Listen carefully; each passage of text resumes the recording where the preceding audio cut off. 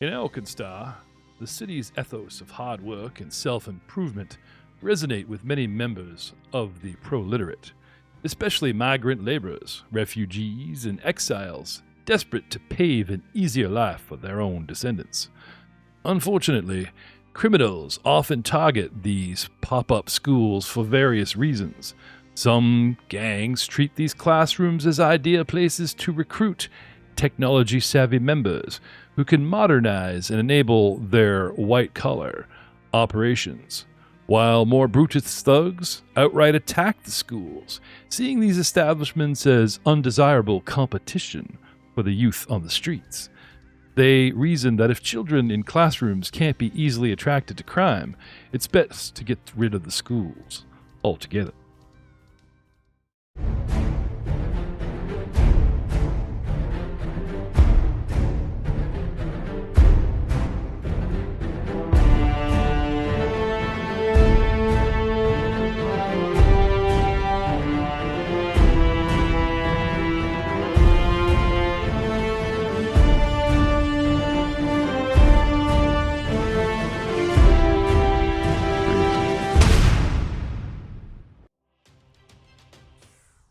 Hello, everyone, and welcome to another exciting episode of the All Guns, No Glory podcast. I am GM Jeff Ball, your host. We are playing Pathfinder's 2nd edition, revised.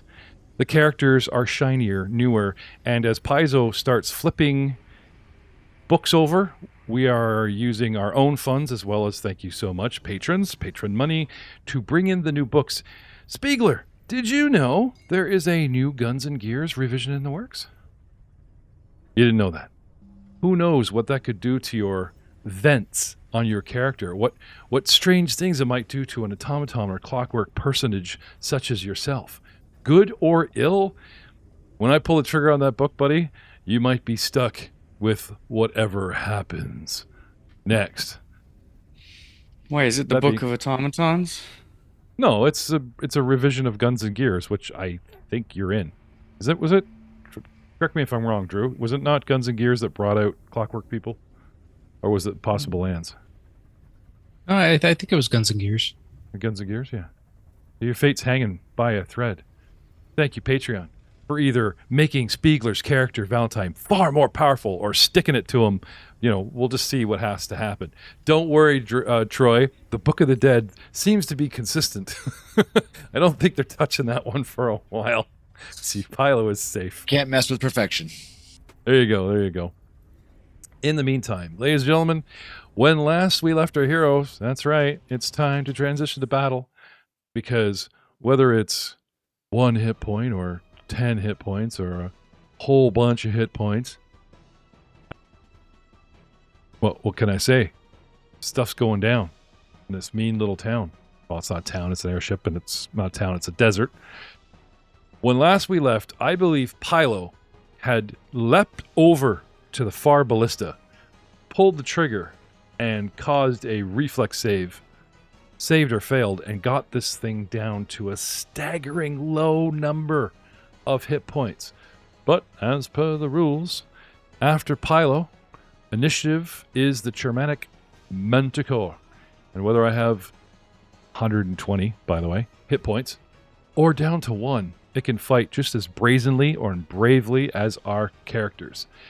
And a certain number of rounds have gone by. It's time to recharge the old breath weapon. And since I see a couple suckers in a row, 1, 2, 3, who we got here? Oh, you guys are downstairs. All right. Since I see a couple players in a row, I'm just curious. 5, 10, 15, 20, 25, 30. It's like a shark. Dun, dun, dun, dun, dun, dun. 35, 40? No. There's nothing it can do, and I don't think it's smart enough in its ill state of health to swing out wide and tactically do a cross shot. So, it's time to roll a D3. Don't get to roll these very often. Very cool. Left to right, I've got Charwin, then Valentine, and Pilo with the big 3. And we shall see. Oh, that's not right. I don't want 3d6. I want a 3-sided. Why is it not doing that? Sorry, technical Fantasy Grounds difficulties. Custom dice. Oh, here we go. They've changed the outlay a little bit. I mean, it looks cool, but sometimes it might take you a minute. Here we go. A3. Pylo is the mano. You shoot at me. I shoot back. Can I have a basic reflex save, DC 25, as the dragon... Sorry? It's a reflex it is. Yes, reflex it is, sir. Can you resist? It is a 18. I do believe it's time for a re-up of hero points. If you have 2, you've got 0. I mean, if you got 2 or 0, you've got 1. Everyone's got a single hero point. Would you like to use this brand new hero point? I forgot to mention. Re-roll, since the DC is 25, and you'll be taking full 8d6 electrical. Give it a shot, see what happens. Let's see. Reflex save. Roll Give it a again. shot. I almost thought even you meant worse. like, From an let's see 18 the to a damage. 50. No. Could this be the end of Pylo? Your backup character technically was that Yusoki rat dude that we all love so much, putting the swash and buckler. Now we have a swashbuckler, so that'd be interesting. We'll have to see. No. Pylo to the endo. Pylo takes 36 points of damage. 5 points are ignored, and you're destroyed. What? How can you be destroyed? No, he doesn't go dying. He doesn't get dying. He doesn't get destroyed right away. I know. It was not a crit that that killed you, so you jumped to the wonderful condition of dying 1. Womp womp. Down he goes. Oh, look, he's doing his pile of bones thing. Now, technically, this is the same encounter, and I believe you did your piling bones already. Did you not? I'm not sure, but either way, doesn't matter because it wasn't a critical hit. Yeah, okay. And next up, we have Matt Witt playing El Membrio. Hello. I told you guys that he was down in the engine room and you lost track of him, but what you didn't know, since you guys walked away from said L microphones, he is actually resurfaced and is technically right now, where are we? I got so many people above and below the ladder. Where's my ladder? Here we go. Is literally just below the ladder. Whether he's curious what you guys are still up to or doing up here. L, as you climb the ladder, unknownst to the character's last round, you heard them shouting and screaming that, they're still shooting said tango, and Pylo actually got a shot off. You heard the big ballista go twang, racing your butt up there, and you had ended your movement near the top of the ladder. You're up. What do you want to do? Okay. I will climb the ladder. Okay. And five gets you your head above sea level, as it were? Yep. Okay. And move to the pile of ammunition, pick up a bolt, and load whichever crossbow is empty. Okay. Yeah, because you're there. So 1 to move, 2 to load, and it's ready to go. Why, look at that, blaster. It's almost like Clockwork People and other automatons are in perfect harmony. Sort of like that silent robot dystopia that we were talking about. He is lit up from, like, Pylo gets a shot on this thing, almost knocks it on its butt, and this thing rips open with lightning and just practically destroys Pylo, and Pylo is down for the count at dying 1. Beside you, it almost shreds the crossbow. Beside you, he goes down. In front of you, popping up out of the hole, nerves of steel, the whip comes flying out. And as he pulls himself up, it's sort of tentacled up the ballista bolt down into place, and you get that little tap on your leg. In large machinery and large artillery, the guy loading would tap the side of the gunner, telling him he's loaded and ready to go because he's busy aiming. He's hunched in there, So there's the click in place and tap ready to fire. Valentine, what do you do? You're up. Hell, do you want to say the line? Hasta la vista, baby. Ka-chink. That's not Reflex the line. save. That's a new line. All right. 1 bolt flies slowly through the air. And I don't know if there's enough. You guys remember Kevin Costner's Robin Hood was the first live action where they put a camera on a giant bolt and flew the arrow at a target. And you got to see the camera ride the arrow and split the arrow. And after that, like every video game in the 90s and 2000s tried to like do bullet cam, and it was in Hitman. It was tons of stuff. For some reason, Valentine, your consciousness rides forward, and as this thing splits a beast in twain, you are suddenly back in the war on the battlefield, where mighty flesh molds, machinery clawing their way, tanking their way across the battlefield, massive steam vaults would let loose golems and monstrosities made of all sorts of scooped up components, even necromantic dead components and metal scooped up from the battlefield. Have you guys ever seen, I don't know if they do American roads, but in Canadian roads, they have this machine that scoops up the old tarmac, chunks it, and spits it out the back, and we get this sort of temporary brown tar that they put down an inch thick, asphalt, and then they put a nice black coating thinner on top of it. So they literally like recycle the asphalt for the underlayer pretty thick before they just top it off with a standard layer and steamroller that sucker, so they're not ripping up the road and then putting down like several layers of asphalt. Just like that, as you're using one of these things for cover. Die, you abominations! Men, we must protect the front line. Do not let them through! You are shaken back to your senses as the beast, from your guys' perspective, dies and just sort of under dramatically slides off the side of the balloon and just off into the storm.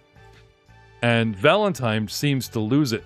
He's swiveling the ballista all over the place. He scoops up Pilo in one hand like some sort of battlefield monument where the dude's got his own flag and he's got the fallen soldier with him and he's screaming at the top of his lungs. Don't give up, soldier. You can be repaired. I will get you to safety.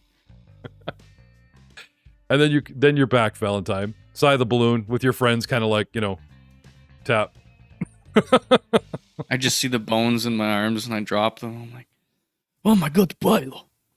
Okay, half of the bones just spill over the side of the balloon. He's gonna be shorter when we. and then I pull out a bottle of an oil of unlife minor and I pour it on the bones.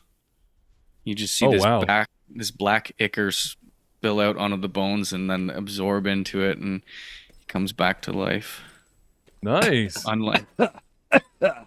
Oh man, I knew giving you guys those potions was a good idea.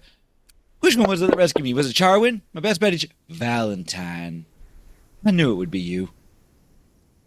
All right. I got you, old friend. Extra hero point for Speigler for 3 reasons. First, he worked with my cutscene instead of against it, trying to screw me over. His lines and timing were impeccable for the scene I laid down. Second, without breaking rhythm or even falling out of the cutscene or asking the DM a direct question going, can I, should I, whatever, he just, as soon as he's back, the second he's back, he uses whatever free actions to pull said potion, save friend. And third, well, just because after like 3 years of us training and grooming him, it's about time he earned something in this show. So there you go. About time he did something right. Yes. Well done, sir. The storm continues to surround us, but passing through the eye already and then into the other side. And after the fury of Stabco Pop and everything, it's there. It's purple. But after everything we've been through, it's just really buffeting winds at this time. And nice Technicolor clouds, She's steered into it and through it, and now we're not coming out of it yet, but it seems like the worst of it. I wouldn't stay up here if I were you, but what do you guys want to do next? First, you need Speigler to... I was going to say 4 points. Roll the passion for me. Roll the portion so I can heal up. I think he did. He rolled a D8 and got a 4. Yeah, there's no button for me to use it on that item. Okay. And I hate to ask, I really should know this by now. Magical healing can automatically kill the dying condition, but I think either way, you guys are still stuck with Wounded One. I don't know if it's sewing medicine, like the skill, or the magical healing, but one of them I think wipes out the Wounded One condition that you're slapped with. I just can't remember which one. Treat wounds. Yeah, treat wounds will take away the wounded condition. Magical healing does not, unless it takes you to, I think, to full health. Okay, there we go.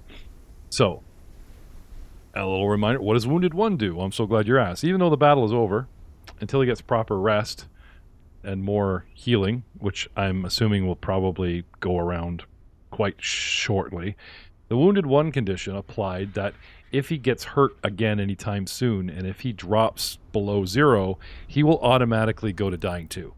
That Wounded One drops him past Dying 1 to cancel itself out and drop him in Dying 2. That is so that you can't just heal, revive in the middle of a battle. You can't just potion or slap a guy together. There are consequences. The body takes that wear and tear, and even if you revive him, the Wounded One, Wounded 2, if he drops again, it's just that much more severe.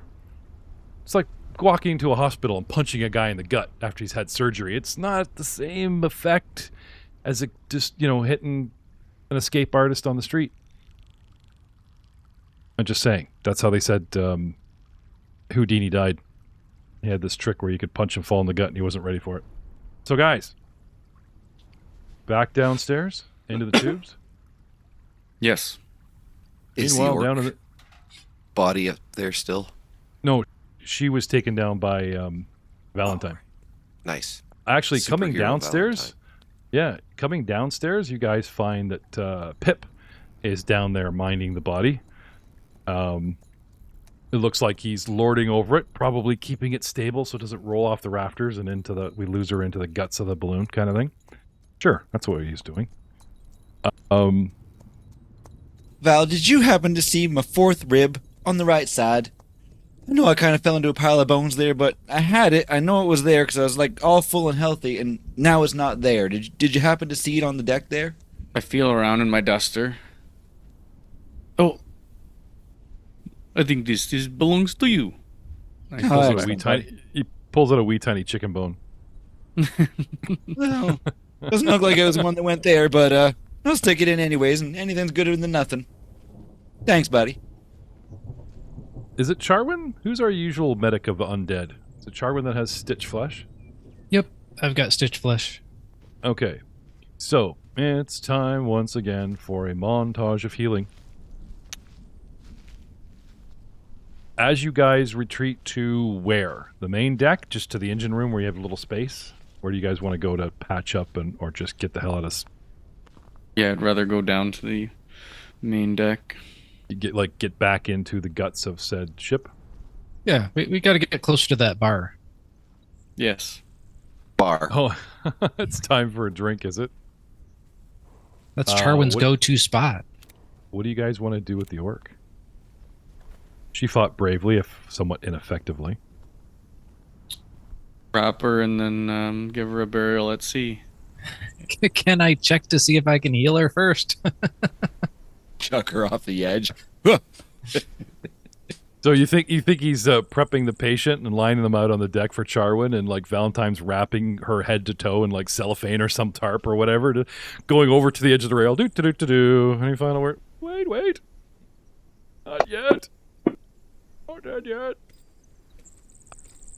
Unfortunately, not once, but twice, she, came back and got knocked down. And unfortunately, too much time has passed where NPC is dead. So sorry. Nothing you could do. Not your fault. She fought bravely.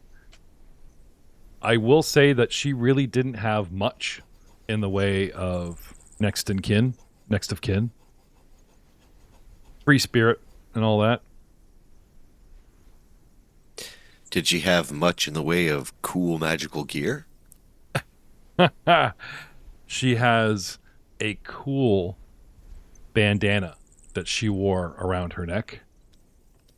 Ooh, dibs. Okay. How stylish is it? On a scale of 1 to 10? Yeah. 11. seems fitting for Manubrio. Anything to get him out of that stupid captain hat. Forever. Your valor. Yeah, weren't you sweet talking her in the casino back in... Oh, no, that was the artist. That was the artist. Oh, right. The chick from the painter. Yeah, he was all turn my crank, and yeah, we don't want to revisit that.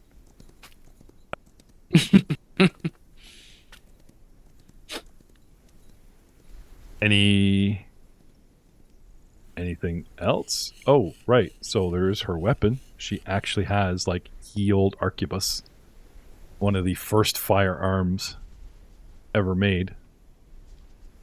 I'm not saying it's old as in it's old and rickety. I'm just saying it's a very old modern. It's like you guys are packing 9mm, and this is an actual revolver as far as rifles go. Like it's a one of the first weapons, still reliable and blah blah blah, but if you look at the stats on it, it may have inventor a worse... person. Is there any chance you could use this Celeste's rifle and maybe make me something a little more with a little more kick than my sidearm here? See why I couldn't try to help you out.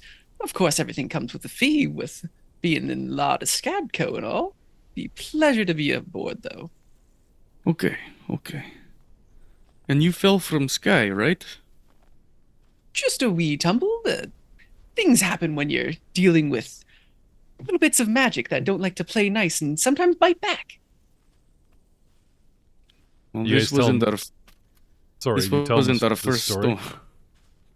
This wasn't our first storm, so I'm kind of used to the weird magic at this point. Glad you landed on this ship and not on the ground, huh? Well, you do have my utmost gracious thank yous. I can't believe that you actually pulled me off the side of this lovely contraption you all have. Is it belonging to one of yous or someone else in here? No, we actually chartered a flight from an old pilot who's done these wastelands in the past. Oh, well, I will have to give them my best thank yous for perfectly laying their course in the way that I could fall on top of it. I'm glad to be part of this lovely crew that you have here. As he invites himself aboard, skipping the whole stowaway status. Because even if he showed up with style, technically stowaway. Val over and be like, hey, Val, come here for a second. Just remember that it's $50 to get along. Maybe if you ask him for 50 gold, he'll give it to you. Shh. I was gonna wait for the captain to get to the financials, but with the passengers we have already lost, I doubt it's going to be too much of a problem. Did he help during the battle? But he doesn't get a free ride. Nobody here gets a free ride. Jack himself is shaking his head. No, dude, you're supposed to go, yes, I was so helpful. In the meantime, looks like Charwin is healing everybody hit point by hit point. Time's going by. Yep, I got a nat 20 on good old Blaster there. Nice. This back, that back. Possibly a moot point. Since you guys are on the Toledo deck, as it were, okay, one of the megaphones are here to the deck, and you guys hear the captain saying, "Brace for impact, boys. We're going to come into a rough landing." And you guys do notice that if you look over the side, the ground's coming up kind of quick. I dashed through the door inside. Yeah, I would be following. I'm getting inside. I ain't falling off this place rough landing or anything. I wrap my whip around one of the bar stools and my waist and hold on to my drink tightly. Charwin will go back under the bar like usual. Okay. Fallen twice in one day. Today is just not one that I'm happy to be a part of. I should get some rest. All right. These guys went inside. It looks like the skeleton and Tomatom are like strapping themselves in, backs towards the front for impact, in the dining car. Charwin just sort of sits down behind the bar. The little dog dude squeezes himself between a bar stool and using the bar itself as brace and clinging his and somebody else's 3 drinks. And everyone leaves you standing there, watching the body just slide towards the rail.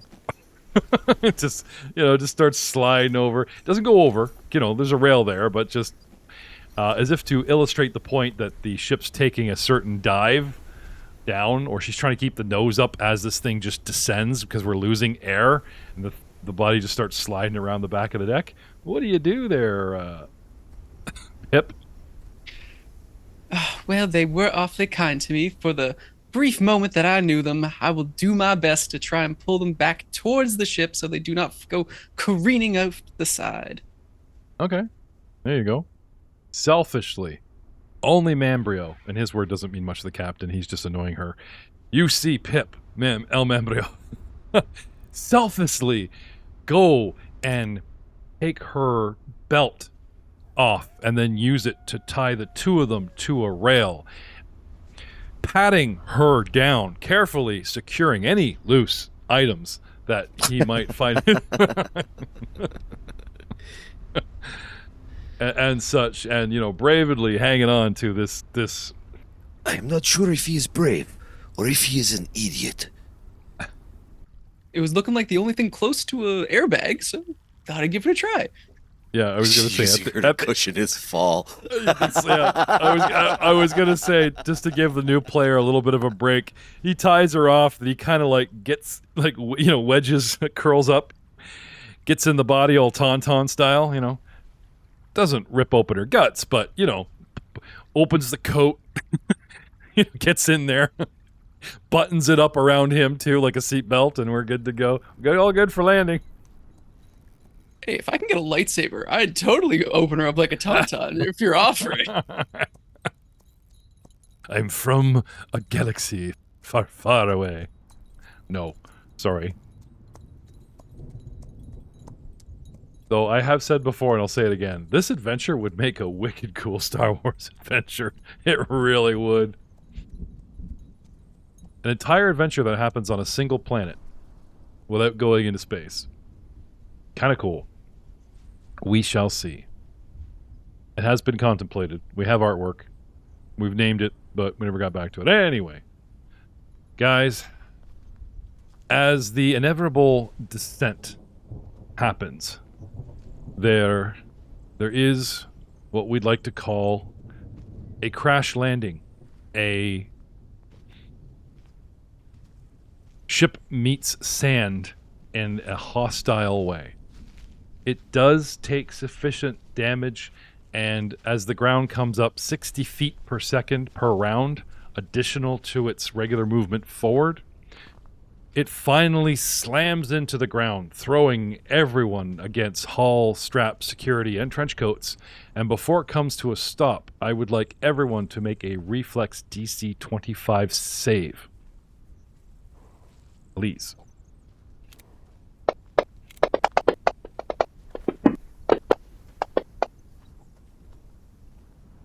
19 for Charwin. Pilo's on a 14. He's just going down and Pip's down. on a 16. 29. Okay. 6 for Valentine. 6? Really? Oh, 26. I thought you said 6. 20, 26. Sorry. I'm sorry. Apologies. Just clearing that up. All right. Starting at the bottom. Hilo.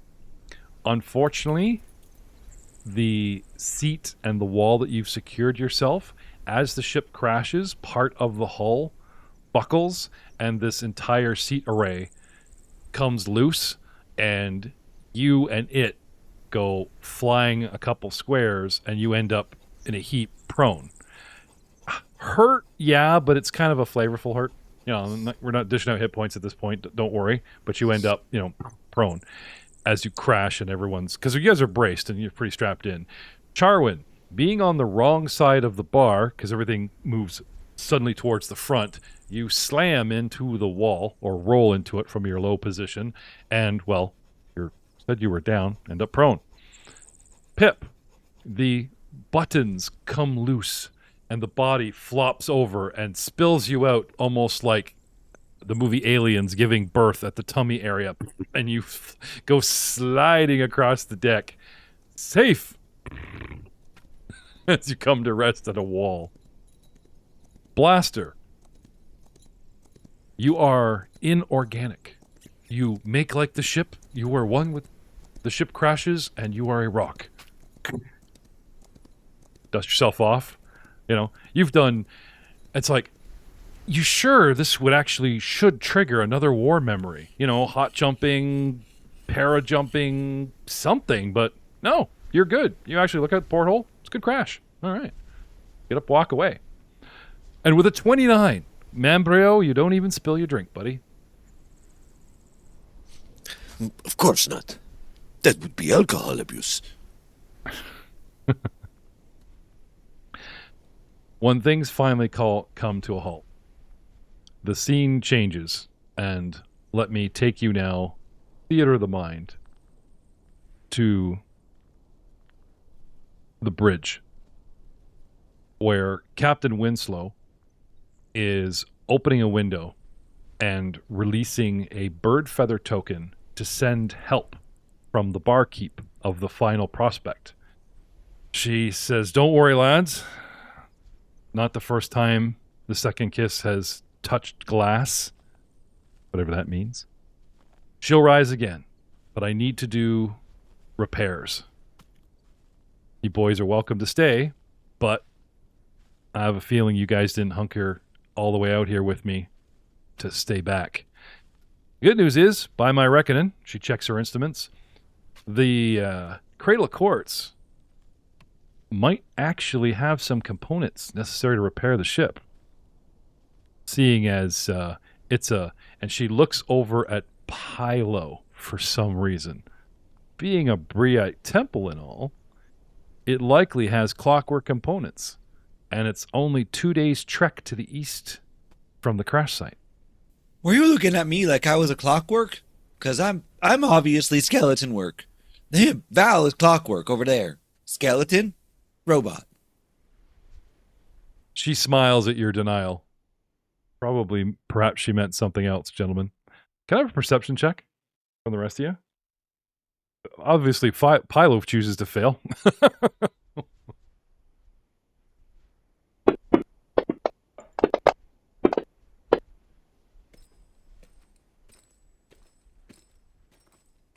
Oh, sorry, in the tower. Never mind. Who we got here? Charwin and Pip. Her nod towards Pylo probably has something to do with maybe she believes Pip is keen on that information, is interested in knowledge, or might find something like the temple interesting, not necessarily his race or ancestry, that kind of thing. But since you don't know him, you're not sure. As for Alll, and definitely Charwin, it's because he's a bard. And maybe he's the one that let slip a little bit more about our mission over the travel to the captain than bartering information kind of thing. Anyway, she seems to be smiling at him like she's thanking him, putting this 2 and 2 together. He denies it. So guys, players and characters. The surviving crew of the surviving crew and Captain Winslow will remain with the second kiss and repairing what they can and stripping out unnecessary components to lighten the dirigible's load. If she had lived, she probably would have stayed, our friendly orc, okay? The captain is willing to take some time to sort of, as it were, bury the dead. We don't want to attract carrion, but she is actually more comfortable possibly taking the body interior of the ship, preserving it, like wrapping it up with bed sheets or something, and just giving it its own room for a little while, and then we'll launch and we can double check about kin or whatever. Have Valentine's suggested funeral at air or sea as opposed to just throwing it in the ground. She says there's all manner of creatures out here. Put her in one of the ballista and fire her off. It's what she would have wanted. How You about gotta we wait come until around- the rigor mortis sets in, so she flies straight and true.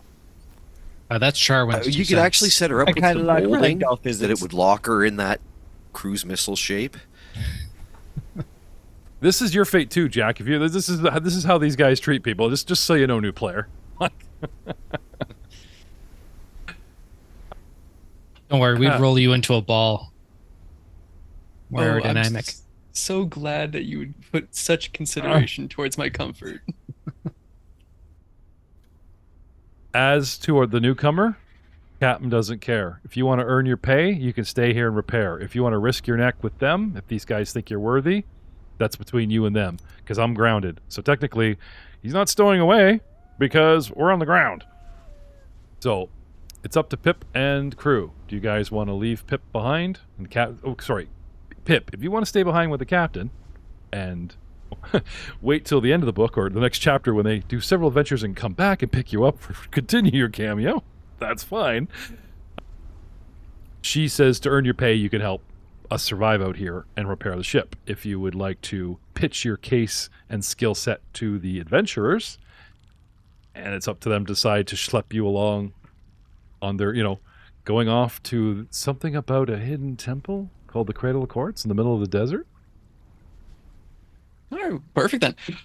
Hello, newest friends. I would be most gracious if you'd simply let me follow you to this interesting little temple you're following. It sounds quite intriguing, and this layman's work isn't quite what my delicate hands would be used to. If you wouldn't mind, perhaps an inventor tagging along, I'm sure I could make myself useful to you all.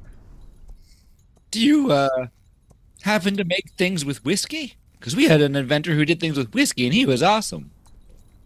I do actually dabble a bit into alchemy. I'm not sure I can get the taste quite right, but I'm sure I could get the same effect, no problem. Is it called alchemy because it uses alcohol? Is that how that works? You are quite a smart little fellow here. How about a cookie for you? I knew it. They all look up to me. It seems I have one yes, and the rest of your merry band?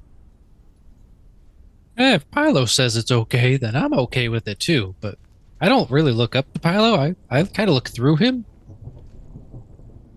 I think you more look down a little bit too. I think you're a little taller, but yeah, that's about right. All right, I have two. Can I have three? Possibly. You guys are awkward. You are very, very brave. So I say sure. Thank He you. only counts as half. He's a little guy. Yeah, I am recent to the group as well, so really my opinion does not count for too much, I don't think. I've heard the saying, I think it goes, don't shoot gift horse in mouth. When Sky gives you healthy, good, skilled person, you say yes. Perfect. It sounds like I'm tagging along with all of you. I promise I'll be taking my weight and more along with you.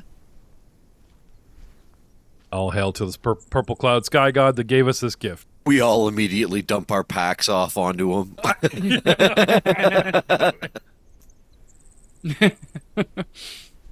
That's good. That's good. I honestly thought as soon as he said alchemy, like he'd just find himself shoved over to the bar, make drinks, prove worth. All right. So, guys, there is enough, shall we say, water, rations, and things left over from the arguing merchant couple that the captain is willing to gift Pip and you guys to just make sure that you've got decent amount of a little bit of water, oil, some dry rations, some ship stores, as it were. You guys have, 4 days worth of food if you ration it. This is light snacking, not Hobbit breakfast onesies, twosies, threesies, that type of thing. And if you guys give the halfling all the food and stuff, right, you ain't gonna make it halfway through day one. Only Charwin and Pip need food. You guys, well, you know how we talk, you talk about how human you are, where a poison could affect your system and yada yada.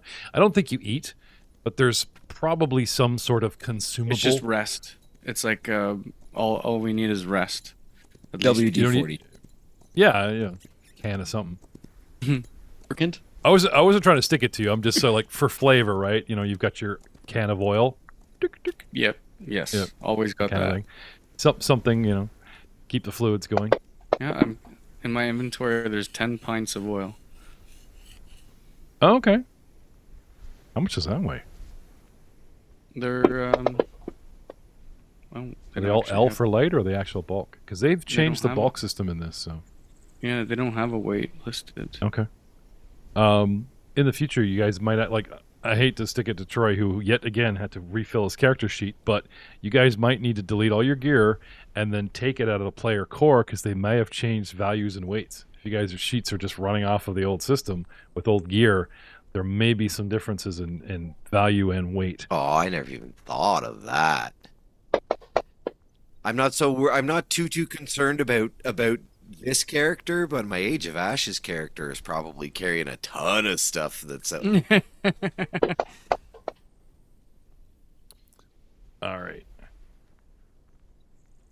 Those lovely dice rolls you're hearing in the background is Charwin's mad attempt to heal.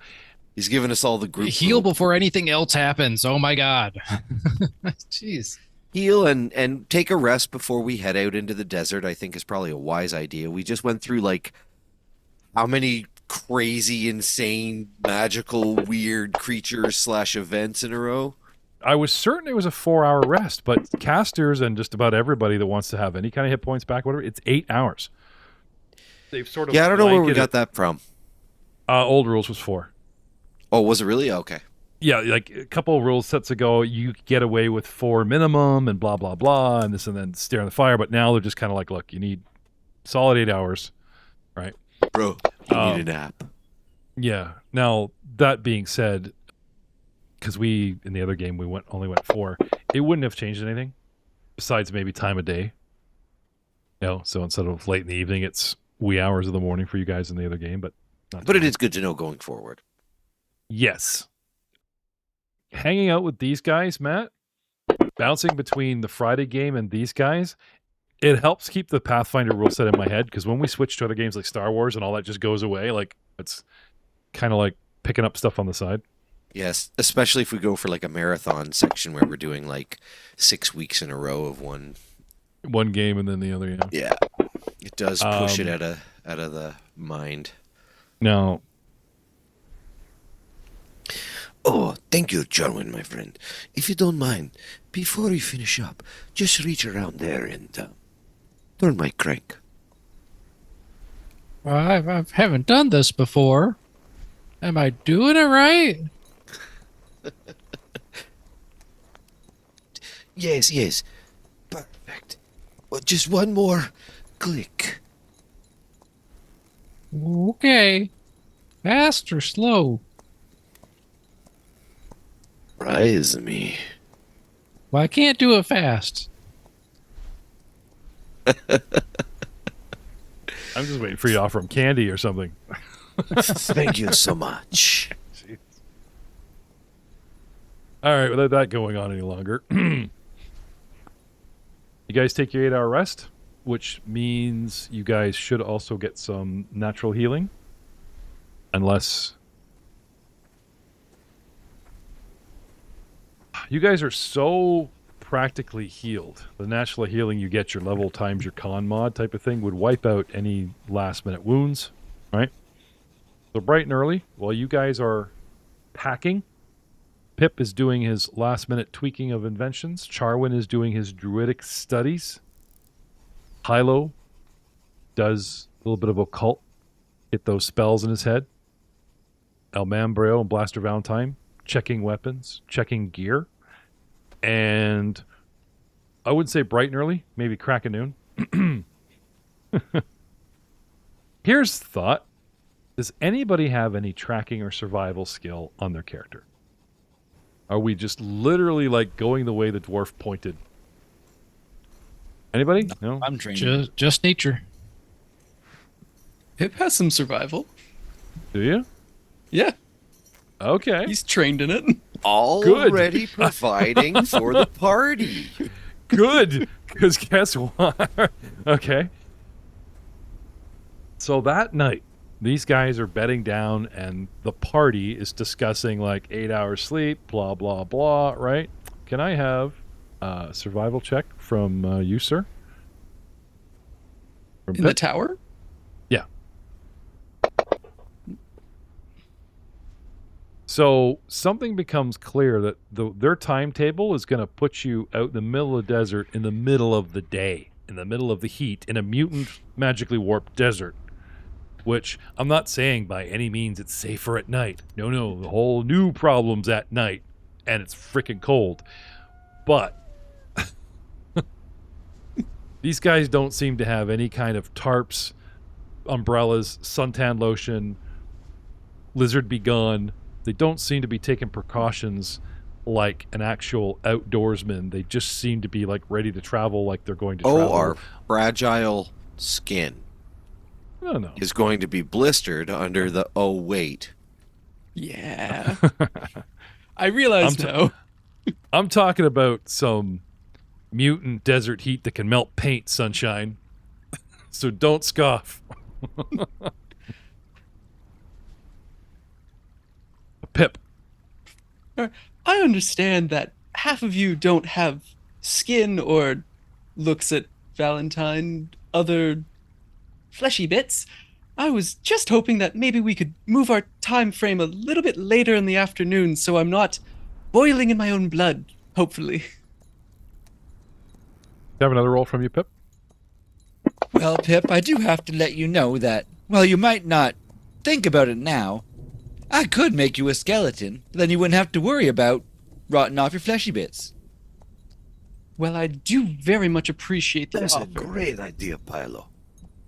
I know. See? El Manubrio here thinks it's great.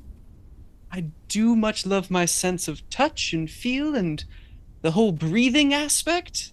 I like my lungs where they are. Ah. It's the dangers you do know and the dangers you don't, my friend. You're missing out on a whole lot over here. But choose yourself for now. Everyone comes to me eventually.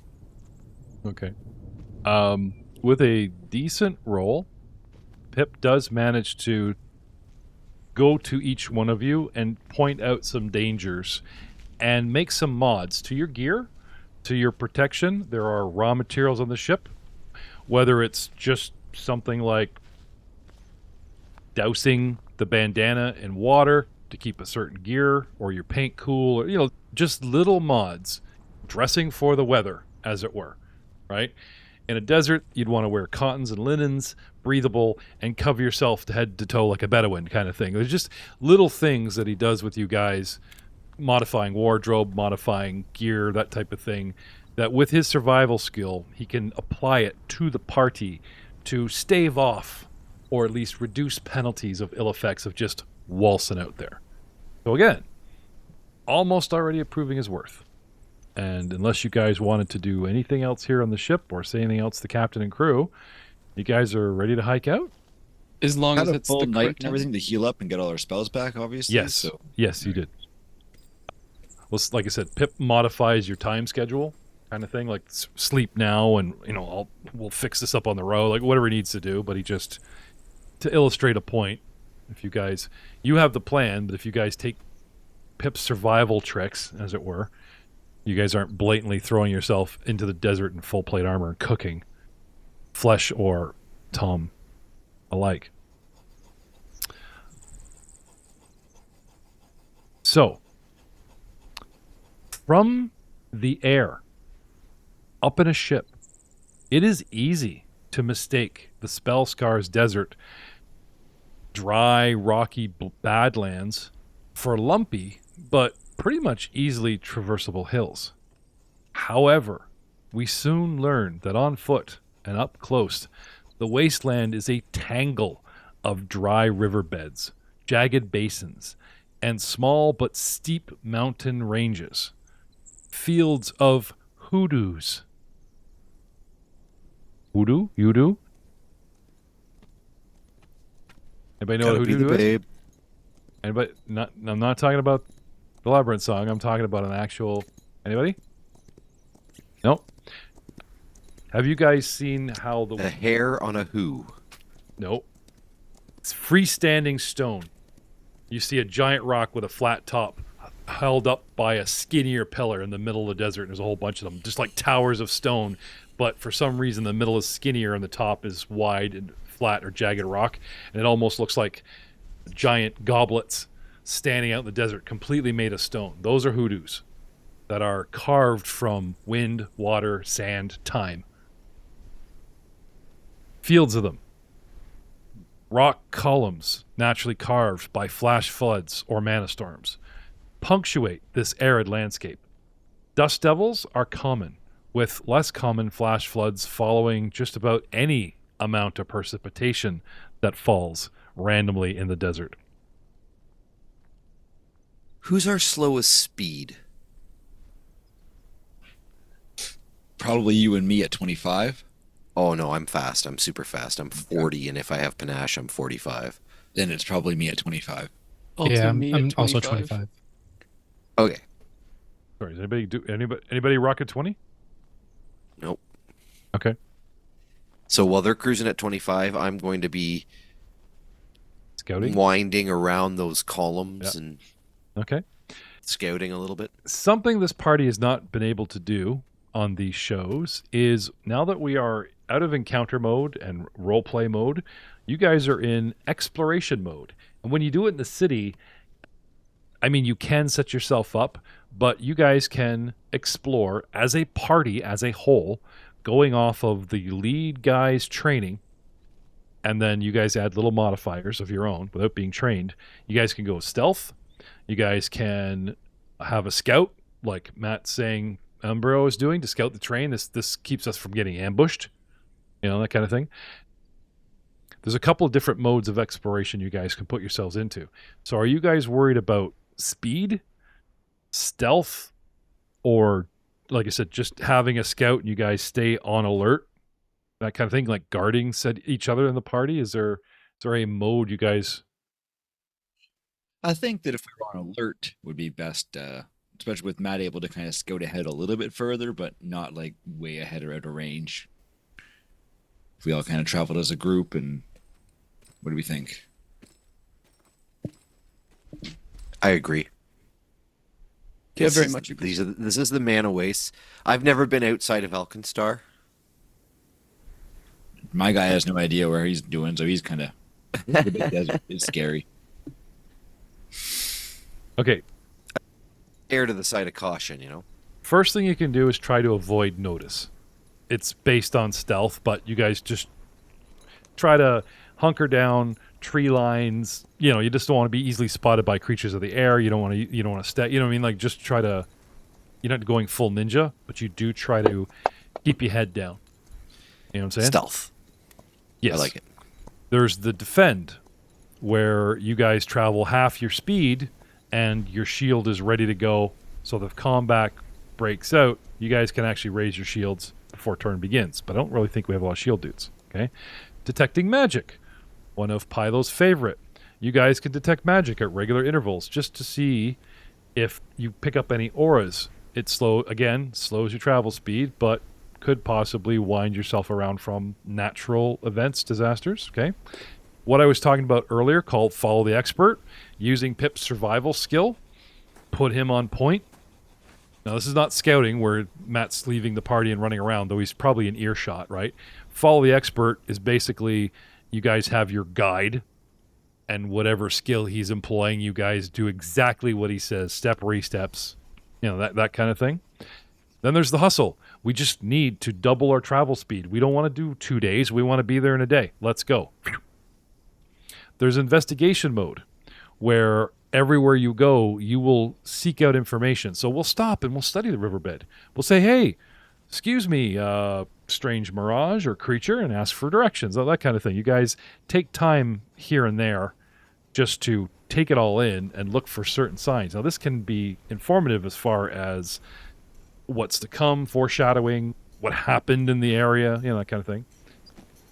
Repeating a spell. And like Detect Magic, you guys just decide, like on a cantrip, and you just want it to go off. Let's say you're just running across the night. You guys want a light spell going. Bing, bing, bing, bing. Yeah, it draws attention, but no one's going to fall over, get lost, or get hurt. We decide to travel at night. Something like that, right? Scouting. Matt's already talked about doing that. And the other one is like just actual search, where you guys, like, say you come to the temple itself and there doesn't seem to be a way in. You guys could search the valley for signs of entrance or that kind of thing. It's on a grand scale, big paintbrush strokes of how the party's focusing its energies in a 10-minute or 6-hour kind of container. Does that make more sense, guys? Okay. Yeah. Of all that intel, we had a couple of ideas. We talked about avoid notice, defending the party, following the leader, and scouting seemed to be the favorite 4, I believe. Yes, I like search. Search is cool, but we're literally going through the desert. Search is cool, like when you get to where you're going. You guys do know you get 2 days, and when you get to something that looks like the Cradle Court. But I do like the idea of kind of either traveling cautiously or stealthily to potentially avoid notice. Yeah. I think the issue with defend is the only benefit is raising a shield, and none of us have a shield, so I don't think it benefits us. I think avoid notice or maybe follow the expert / scout might be like the best thing. Okay. Is the party quite stealthy? I am. A skeleton, a robot, and a little remote control rat thing. What do you think? I'm trained in it, but I can stealthily approach. I probably have the highest stealth, or maybe Manubrio does. No, I'm maybe at it's 11 for me. Okay.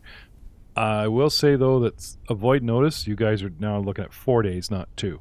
Because it literally halves your speed. It halves your, how far you can go, how quickly. Follow the expert. It talks about making checks like avoid notice, but it doesn't specifically talk about halving your speed. You guys just fall in line and do what Pip says, right? Scouting talks about you guys scout ahead or behind the group to watch for danger. Well, the whole group doesn't do that. But again, the party is going at half speed so that even though he has better speed, you know what I mean? Like, it slows the party a bit because you need somebody to be able to get far enough ahead and double back and search around all over the place. So again, they need to slow down even with your increased speed so that you can scout properly. Right? Can you do more than one? I don't know. I mean, it doesn't say that you can't unless something, you know what I mean? Like, you guys. Yeah, I'm trained in survival and stealth. Oh, okay. I say we just follow the leader, and if it makes us roll stealth because something suspicious is coming up, say like an antlion might be noticed, I don't know, then roll stealth then and hope for the best. I think you can do both. We could follow the expert and try to avoid notice. You're just telling them what to do at half speed. You know what I mean? You get best of both. And we could still, as far as I can tell, since you're already at half speed, you could still send them out scouting. So I think some of these stack. It's not going to half your speed Well, again. they'd be individual actions. What are you doing? What action are you doing for this trip? Oh, I'm going normal speed. Fuck those guys. Yeah. Well, there is talking about like what you want to do, but there's also some things that's like we're like, what is party the party stuff? Yeah, like what's the party doing, right? Now that being said, it does kind of focus in on like who's following the leader, who's whatever. So if I'm reading this right, we should be able to avoid notice, 4-day travel, follow the expert so that we don't end up in a sinkhole or just way off course because he's our compass. And now we got Valentine and Pip being able to do this, right? And we have a scout so that if you guys come across something, the danger should be able to watch out for stuff. Now, the thing is, in dice, it gives you a +1 to your initiative rolls. That's it. Like, you guys come across a party of orcs, he doubles a back or signals you, get ready, and we get like this little lead, but it's not like a whole surprise round or anything, or they're flat-footed, or even going, oh, we just go around them. It's that's the mode we're in, and if the adventurer wants to dump an encounter on you, it's some minor dice to go, which way were we leaning? Were we focusing? Were we doing this? Were we doing that? You know what I mean? Like the story's going to happen. They're not going to let you pick and choose sandbox style unless that's the intent. It's fair. Screw it. Let's just search.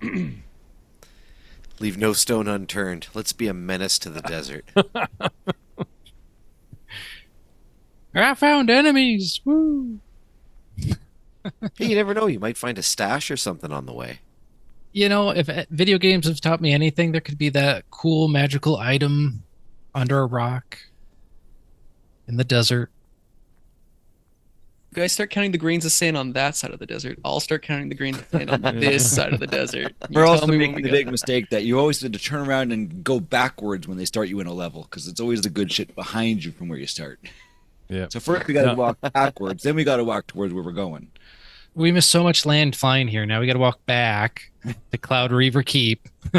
In search, it talks about seeking the actual action meticulously for hidden doors, concealed hazards. However, it also says you make educated guesses as to which locations are best to do these checks and move half your speed. So you guys aren't literally turning over every rock and getting into that. I get it. Yeah. That's what I'm saying is just screw it. I mean, like, what's going to happen is going to happen. Let's have fun with this. Search. Let's not miss anything on the way. All right. Exactly. Okay. Seek and destroy. Yeah. That's fine. So off we go. Trekking. Now, hold on a minute, guys. Before we get going, just for safety, everyone get in a lineup who's not going to be scouting ahead. And I'm going to cast inside ropes, and I'm going to start pulling out the guts, and I'm going to go walk to one of our companions and then do a circle around them. There might be sinkholes and stuff in this desert. We don't really know where we're going to fall down, so I'm just going to wrap you up here with some of my guts and keep you safe, and we can all kind of keep each other in line. Good, everybody? Good, everybody? I'm so glad I'm a scout. Look at Jack's face. How long is your rope? It's 50 feet of rope. It's I mean, with enough slack that they don't like literally pull each other into danger, Jack. It's not terrible there, Pip. Probably would totally go along with the follow the leader concept. Yeah. Go where I go, do what I say, right? If you're at the front. If you don't want to be wrapped in the rope guts, you don't have to be. But I was just thinking, there might be sinkholes, there might be other things. Some of them could grab you from the sky and take you away. At least we're going to be all attached to each other. Where the guts come from, your skeleton, right? Is that the confusion there, Jack? Where the hell do you get all these intestines? There are so many questions that none of them are going to be answered. Why do the guts keep spawning out? Why can you put them in knots? Where do they go when we're done with them? Do they go back inside him? Do they just disappear? If I get carried off, do they all get pulled with me? What are the tension strength of these ropes? Or intestines? Oh, the mysteries of a skeleton, my friend. The offer still stands. I'm just standing. I'm standing off to the side, kind of like scanning the distance, and I just yell over my shoulder, "Is Philo doing the ropes again?" Yes. Please tell me that this is some sort of elaborate joke that you do on newbies, because I am not letting those things touch me. All right, my friend. You know what? Maybe we'll just be better with regular rope or following each other, and I'll put all the guts back inside and uncast it. All right. Oh. Off we go? Yes, please. All right. Heading off into the desert. Can we see like the general direction of the Cradle of Quartz from where we are? Is it like a big landmark in the distance kind of thing? No, it's like go this way east, and she'll show you a map, and it's just kind of like wander this way, and like there are certain landmarks that kind of steer you into said valley or away from said hillock, or you know what I mean. But it's kind of like we live in Peterborough, right? Now in your brain, you know where that giant fountain is downtown on George Street. But you can't see it from your house, Speigler. But you start wandering this way and that way through the streets, and you kind of heading towards the river. You're like, we're looking for this river. And you get to the river, and it's like, okay, now do we go east or west to get towards that fountain? Like, you know what I mean? There's a general scurry in a general direction, and when you get closer, it's more and more things, judgment calls. You're not going to miss it. Pretty sure about that. Is there a good magnetic field, like a uniform magnetic field in this area? I'm not sure. I don't think I know enough about this area. Why, that was an oddly specific question. I do know that we're still kind of standing around. So if I may, it's like you guys are afraid to take one step. It's like, oh, and you're completely lost. What the hell, GM? Hi-ho! All right. Hi-ho! I will ask at the point where we've been scouting with El Mambrio and following the leader with Pip and Valentine as well, and the soft sell of how ropes lead to despair, lead to the dark side, which lead to becoming a skeleton, as Pilo constantly tries to pitch his cult to us. About 10 miles into your journey across the Spellscar Desert, I would like a perception check from everybody in the tower, if you please.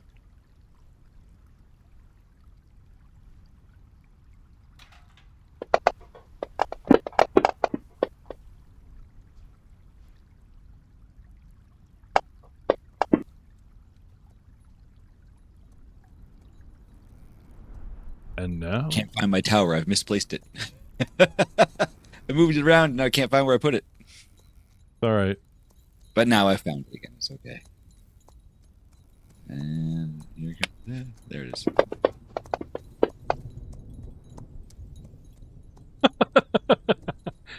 I'm laughing because your roll was remarkably, not the same, but close. Same result. All right. Completely keeping you guys secure, spotting this landmark, and the party decision will be made when you guys catch up to El Mambrio. So nothing against El Mambrio for missing this perception, because El, you spot a dry riverbed that slowly descends into a narrow, winding canyon with 20-foot walls of sandstone on either side of said canyon, and a trickle of water cascading from a small natural spring about halfway up the western wall. And near the mouth of the canyon, this trickle seems rather inviting. The canyon walls do offer a rare spot of shade and shelter from the hot sun.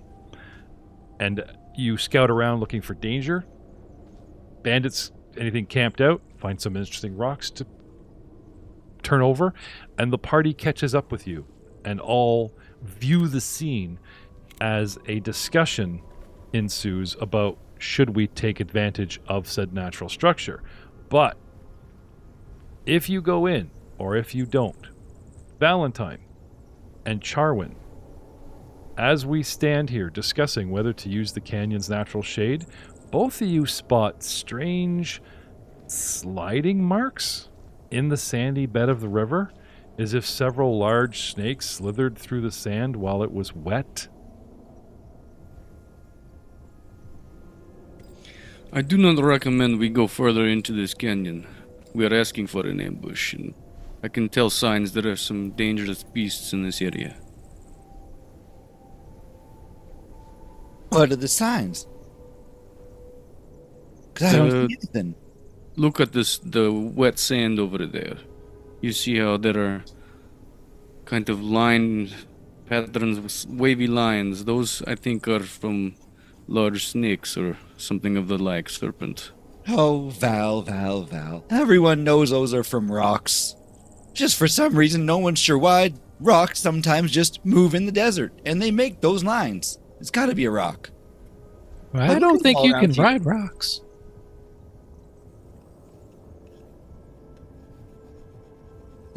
I think so, at least. Well, you are the expert. You saw them first, but, it could just be a rock. I see where they're all confused, my friend. Don't you worry.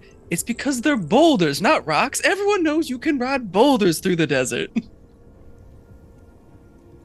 Like the Flintstone is part of a car. Manubrio, have you seen anything since before we came up upon here? Did not notice anything, but it does look like a good place to take a rest. I mean, how much time do we have until it becomes inhospitable out there?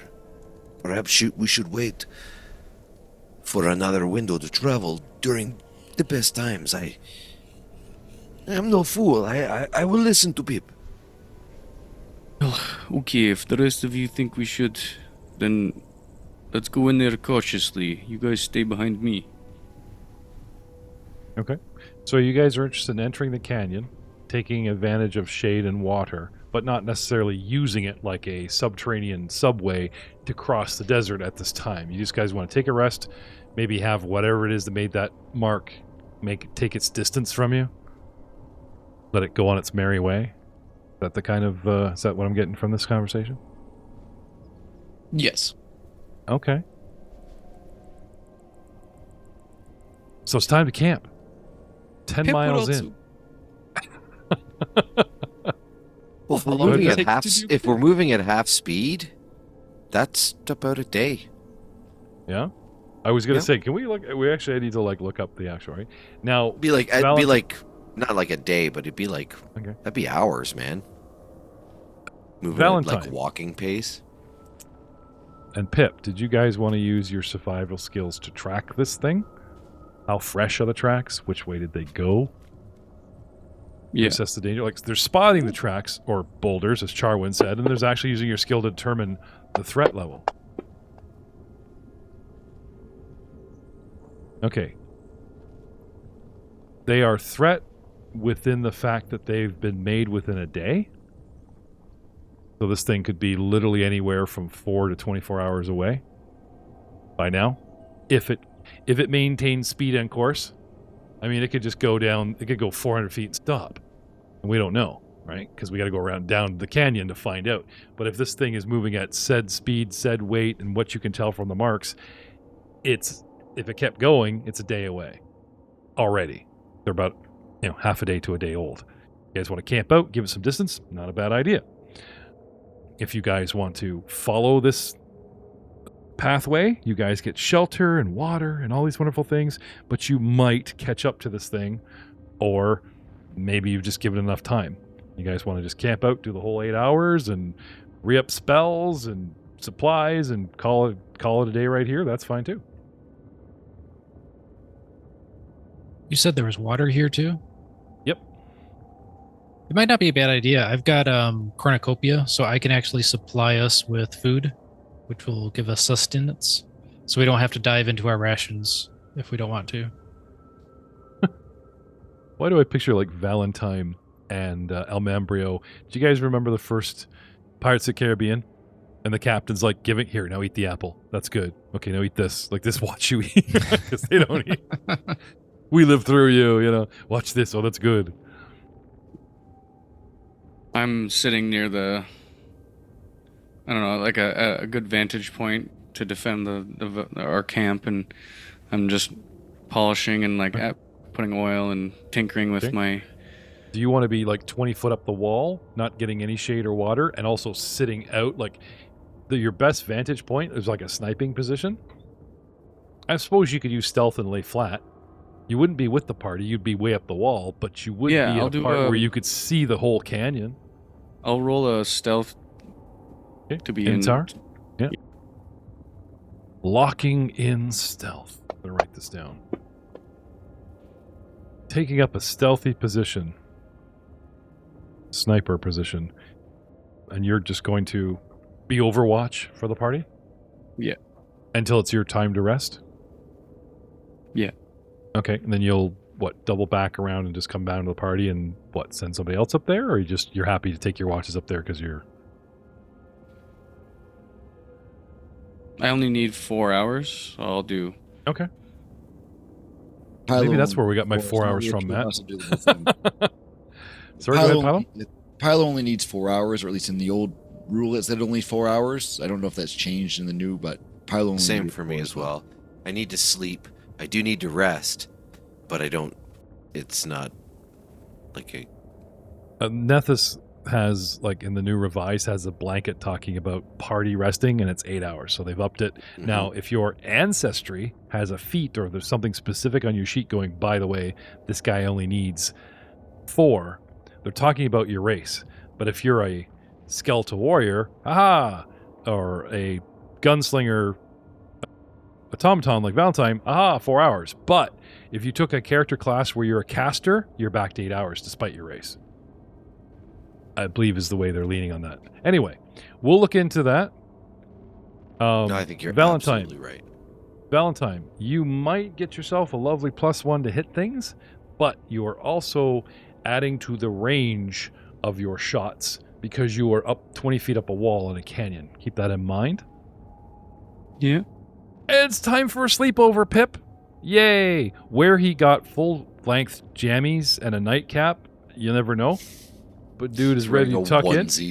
Yeah, like, well, and stars. I'm thinking of like the old, like the whole night dress, Ebenezer Scrooge with the bare feet and the full-on sheet and the little pinky Sleeping nightcap and the toque. candle. Yeah, there you go. All right. No? 100%. Yeah, Pip is just like near the easiest way, being very short. Pip is barely 3 feet. He is very scared of being stuck down in here when they see something come and they can run out easy, but he's stuck in the bottom. Whatever is the easiest way to get out of this canyon, he will be by that edge. I was implying that you pack for luxury, right? You got full-on pajamas or something. Oh, 100%. There's a candelabra. Somehow he pulls out this old gramophone that starts playing a little bit of music. It's perfect. Helps him sleep. Starts echoing up the canyon, right? Yep. At last. Just zoom. Valentine's like, what the hell? It turns into whale noises after 2 hours. Don't worry about it. Not scaring anything away. The Giant sound snakes of are- waves lapping against the shore. I know. You imagine like the whale song, right? Right? Whatever made those tracks is like, I ain't going back down there. Hell no, we're doing this. Fellas, we're exiting the canyon. Can you imagine whale song echoing like in the Grand Canyon? How creepy that would be. It would only attract the really, really, really big prey, right? Okay, so when I was like 26 or 27 years old, I went out west, and I camped in the mountains, and it was like the caribou mating season, and their mating calls sound like whale song, like really similar, and I was so like I'm in the mountains, and there's this echoing like whale song through the mountains. So it's very funny that you say that. And no, dude, it's creepy because they do it. It's like so early in the morning, like 5 o'clock in the morning. Oh, what a Like, wicked and there's call, like man. mist yeah, it's pretty eerie. As you're camping, though, have you ever heard the Fisher cat yells? Which basically sound like women screaming, like death screams. Oh, those. I have heard those ones. Yeah, It I've was heard that. early morning afternoon, and we heard. My ex and I were camping at the time. And it was like early March, and we heard this screeching sound. We're like, "What the heck is that?" And we thought like a moose had fallen through the water across just the small river from us, maybe about 200 meters. And we're looking over, we're seeing these, and then we see these two look like squirrels running around. But we're like, they can't be squirrels; they're way too big. We wouldn't see them from here. And yeah, they were running around, yelling at each other. It's this woman like a woman screaming, like terrifying. Yeah. Isn't it great that fantasy is like more vanilla than real life? Between like the Fisher King child female woman screaming in pain and Matt's Carabooty call going on. I think we're just gonna. Carabooty. There you go. No shit. That's good to see you all next time.